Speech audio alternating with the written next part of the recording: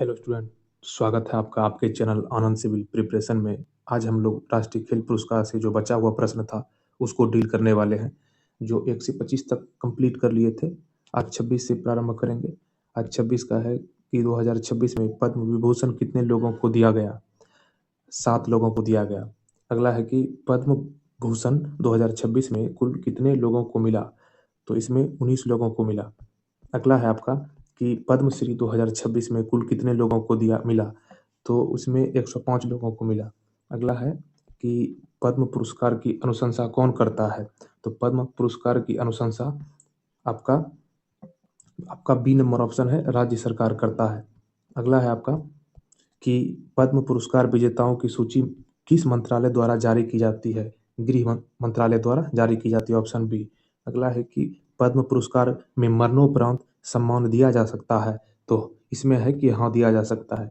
2026 में पद्म भूषण पाने वाले ममूटी किस राज्य से जुड़े हुए थे? तो ये थे केरल से जुड़े हुए।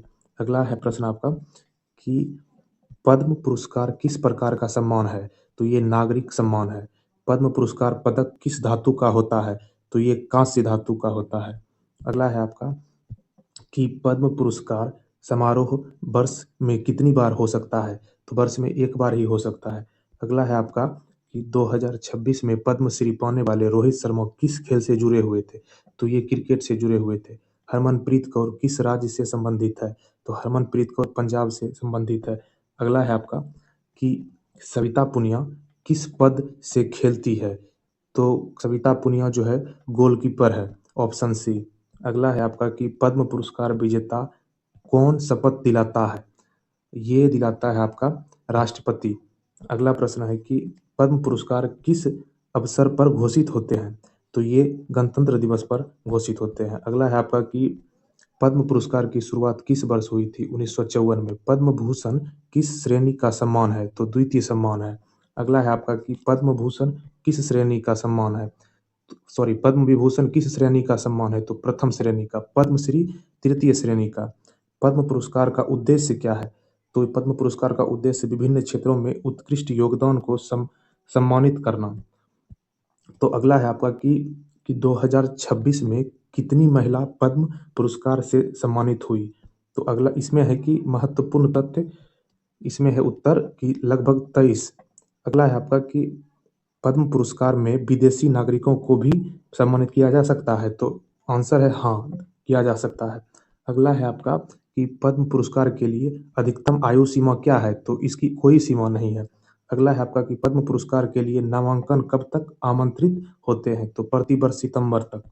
अगला है आपका कि पद्म पुरस्कार किस संवैधानिक पदाधिकारी द्वारा प्रदान किए जाते हैं? तो राष्ट्रपति द्वारा। 50 तक कंप्लीट कर लिए हम लोग। अब अगला है कि 51 से 75 तक कंप्लीट करना है। तो पहला है आपका 51 नंबर कि पद्म पुरस्कार किस प्रकार के लोगों को नहीं दिया जाता है?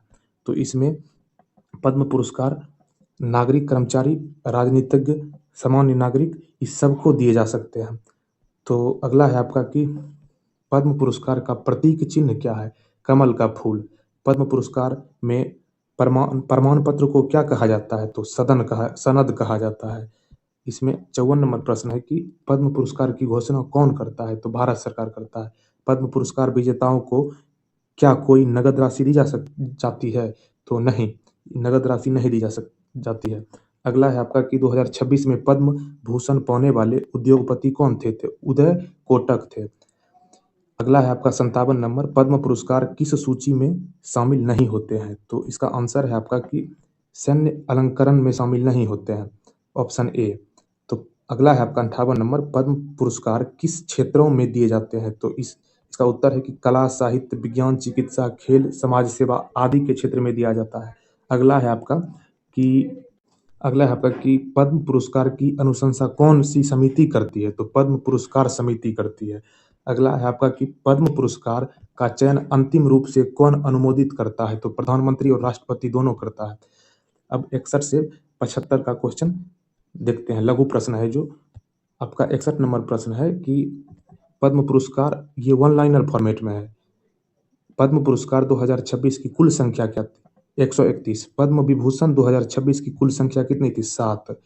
पद्म भूषण 2026 की संख्या कितनी थी? तो 19 थी। पद्मश्री 2026 की संख्या कितनी थी? तो 105 थी। पद्म पुरस्कार किस देश का सर्वोच्च नागरिक सम्मान नहीं है?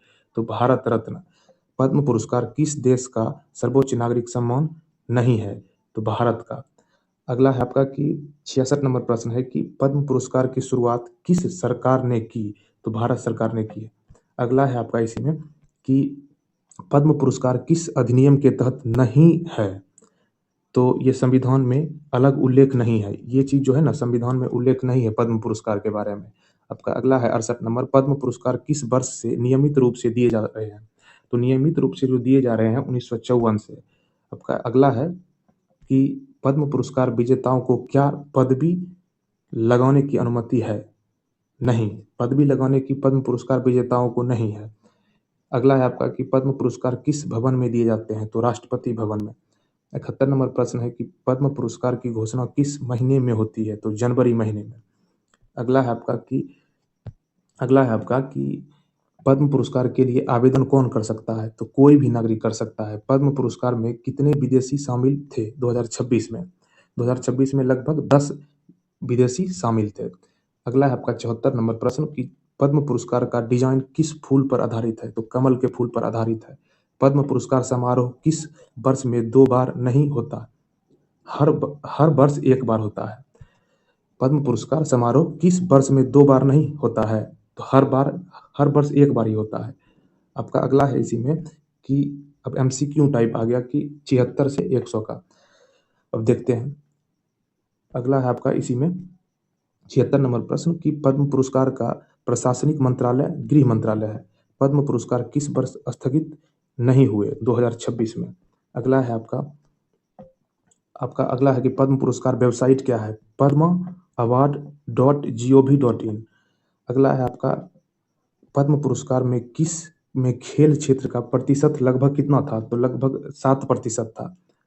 अगला है आपका 80 नंबर प्रश्न कि पद्म पुरस्कार किसके हस्ताक्षर से प्रमाणित होता है? राष्ट्रपति के हस्ताक्षर से पद्म पुरस्कार प्रमाणित होता है।